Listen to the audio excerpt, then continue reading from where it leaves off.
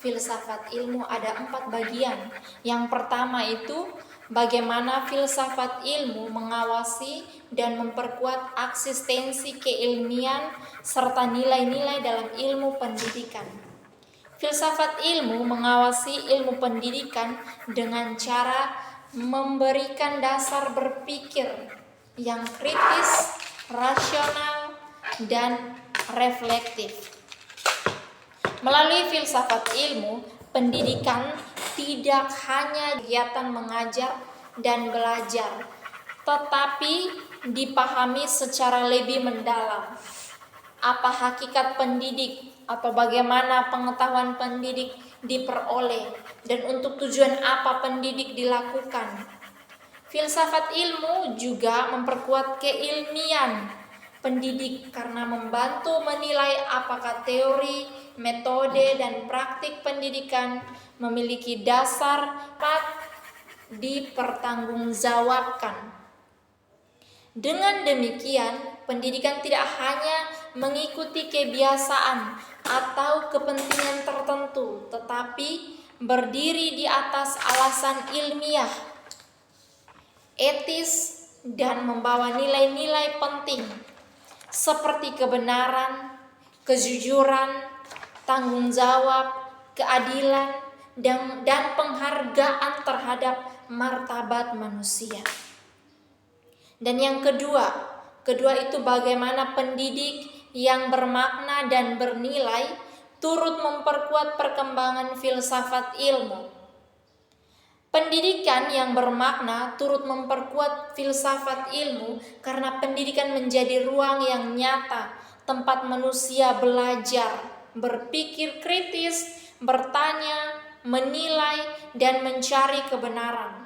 Dalam proses pendidikan, manusia tidak hanya menerima informasi, tetapi juga dilatih untuk memahami alasan di balik suatu pengetahuan. Dengan demikian, pendidikan membantu filsafat ilmu berkembang karena persoalan-persoalan pendidikan selalu melahirkan pertanyaan filosofis baru. Misalnya, apa tujuan belajar? Bagaimana cara mengetahui sesuatu secara benar, dan nilai apa yang harus dibangun dalam diri peserta didik. Dari pertanyaan-pertanyaan tersebut, filsafat ilmu harus hidup dan berkembang dalam konteks kehidupan yang nyata. Sekarang yang bagian ketiga, mengapa filsafat ilmu dapat disebut sebagai pisau analisis dalam membedakan persoalan-persoalan pendidikan.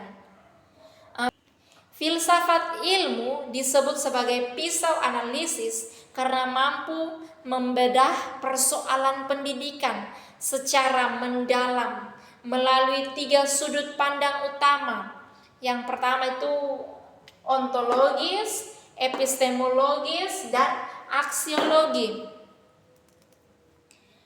Secara ontologis, ilmu bertanya tentang hakikat pendidikan. Pendidikan tidak hanya dipahami sebagai proses memindahkan ilmu dari guru kepada murid, tetapi sebagai proses membentuk manusia secara utuh. Dan epistemologis, filsafat ilmu menanyakan bagaimana ilmu pendidikan diperoleh dan dibenarkan.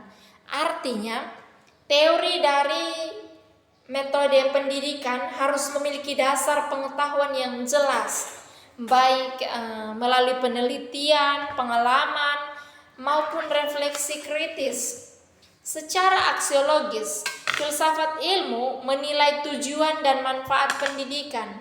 Pendidikan harus membawa nilai, bukan hanya menghasilkan manusia yang cerdas, tetapi juga manusia yang bermoral, bertanggung jawab, dan berguna bagi masyarakat. Yang bagian keempat, contoh konkret penerapan filsafat ilmu dalam praktek pendidikan. Contoh konkret penerapan filsafat ilmu dapat dilihat dalam penyusunan kurikulum, Kurikulum yang baik tidak hanya berisi daftar mata pelajaran, tetapi juga harus memiliki dasar filosofis yang jelas. Misalnya, ketika sekolah menyusun kurikulum, perlu dipikirkan manusia seperti apa yang ingin dibentuk melalui pendidikan, pengetahuan apa yang penting bagi peserta didik, metode belajar apa yang sesuai, atau nilai-nilai apa yang harus ditanamkan. Dengan pendidikan filsafat ilmu, kurikulum tidak hanya mengejar nilai akademik, tetapi juga membentuk karakter, kemampuan berpikir kritis, kreativitas, tanggung jawab, dan kepedulian sosial peserta didik. Kesimpulannya, dari keempat poin ini, filsafat ilmu dan pendidikan memiliki hubungan timbal balik. Filsafat ilmu memberi dasar, arah, dan sikap kritis bagi pendidikan. Sebaliknya, pendidikan menjadi tempat yang nyata bagi filsafat ilmu untuk diterapkan dan dikembangkan. Oleh karena itu, pendidikan tanpa filsafat ilmu dapat kehilangan arah.